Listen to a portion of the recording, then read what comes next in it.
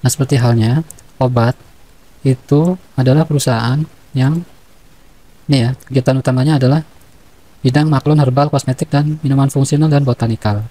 Nah, untuk usaha yang tipe-tipe seperti ini atau jenis seperti ini adalah kosmetik ya. Yang saya tahu kosmetik itu dia itu perusahaan yang sejenis yang sudah go public itu Mirat ya, Mustika Ratu ini. Kemudian untuk herbal juga itu masih sama Mirat. Ini ada minuman fungsional dan botanikal. Jadi ini ada bergeraknya tidak spesifik satu kegiatan ya. Nah, kita bandingkan saja di sini ya. Nah, di sini udah saya lihat ya, caranya tuh di analisis, kemudian finansial, kemudian compare. Nah, kemudian dicarilah di sini Mirat. Nah, kita lihat nih di industrinya. Price book value untuk industri ini Mirat dan sejenisnya ya. Ini ada Mirat, ada MBTO. Ini MBTO yang cukup mirip juga. Ya, mana tadi susunannya? Ini berantakan lagi. Industri, nah ini pel. Nah, dah seperti ini aja industrinya. Price book value-nya itu 5. Sektoralnya 1. Sektoral itu perusahaan yang lebih luas dimensinya dibandingkan dengan industrinya.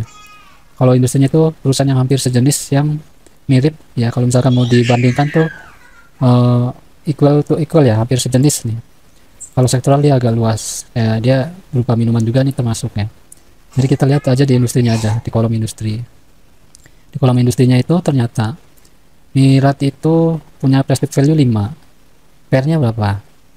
Pernya itu 18 ya. Di sini pernya 18 untuk industrinya. Sektoralnya 7.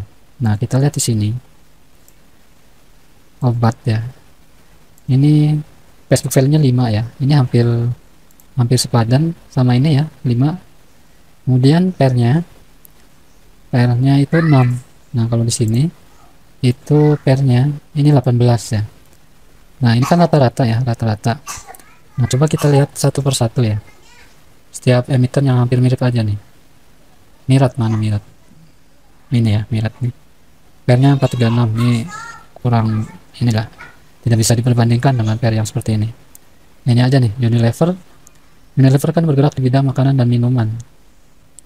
Tapi meskipun begitu, yang obat juga masuk ke sana juga ya. Kita lihat di Unilever itu pernya 17. PBV-nya itu 20 ya, masih mahal. Ini 24, Ucit 9, 24, 51, 51, 93. Jadi rata-ratanya memang untuk pernya, untuk saham yang sejenis ini itu rata-rata di atas 15 ya. Ini yang minus 7.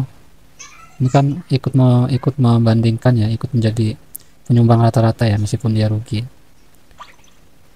Nah, berarti obat ini masih punya masih dibilang murah ya, meskipun price book value-nya itu 5 ya.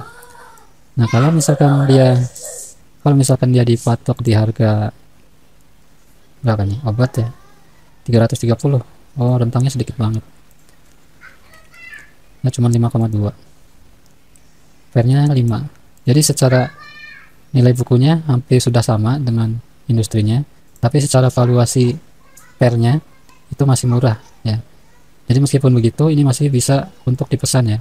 Nah, kira-kira dipesannya itu berapa banyak kan, seperti apakah 100% dari modal yang kita tersedia atau 75%. Nah, kalau saya sih lebih prefer kalau misalkan saya punya uangnya misalkan 10 juta ya, kita pesan 75% lah ya. Ini disclaimer, ini menurut pandangan pribadi saya. Nah, kemudian yang Ratu ya, ini fraksi harganya 1100-an ya. Biasanya kalau fraksi harga 300-an di bawah 500 itu naiknya enteng banget ya. Ini udah fraksi 1100 atau 1000-an. Nah, kita lihat nih, Ratu itu meskipun menarik, punya ROE 71%, tapi terbilang mahal ya. Nah, kita lihat Ratu ini itu adalah perusahaan yang bergerak di bidang yang ini ya. Nah, ini udah saya tadi buat ini apa namanya, arsiran. Dia bergerak di bidang minyak dan gas. Nah, ini jadi di keterangan mengenai perseroan dia bergerak di bidang usaha minyak dan gas atau pertambangan ya. Nah, ini dia kegiatan usaha perseroan saat ini adalah benar-benar menjalankan aktivitas perusahaan holding. Nah, kemudian di sini ada penjelasan prospektus usaha. Ini ada kata di blok cepu ya. Kalau di blok cepu kan mengingatkan kita pada perusahaan yang sudah ada di sana, yaitu Energi Persada. Kemudian ada apa namanya, perusahaan gas minyak yang lain ya. Ini saya buka ya di sini ya. Nah, kita lihat nih sekalian saja. Tadi energi ya, berarti kita cari pembandingnya energi. Nah, Medco, saya lupa. Medco itu ada juga di sana ya. Nah, lihat nih di Medco industrinya itu P/nya 0,8, sektoralnya 3. Untuk Medco sendiri PBV-nya 0,8, energi 0,5. Jadi rata-rata memang udah murah ya. P/nya untuk Medco 5, untuk energi 5, jadi industrinya 6. Nah, kalau misalkan yang ini satu dia P/nya 12 ya, berarti itu terlalu mahal. Nah, terus kemudian di harga berapanya? Nah, kalau berarti kan ini kalau misalkan ini mahal, berarti kita cari supportnya itu di harga berapa kan gitu ya. Nah, kita samakan aja dengan P/R industrinya tuh rata-rata 6 ya. Kalau misalkan ini 1150, berarti ini 12, berarti separohnya ya. Nah, kalau misalkan separohnya kan berarti 550-an. Nah, berarti harga wajarnya dia tuh sebetulnya 550 dibandingkan teman-temannya.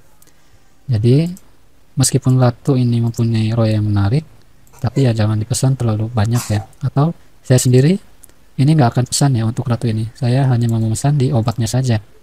Ratu nggak akan saya pesan, kecuali benar dia turun ke 550, baru saya akan partisipasi beli.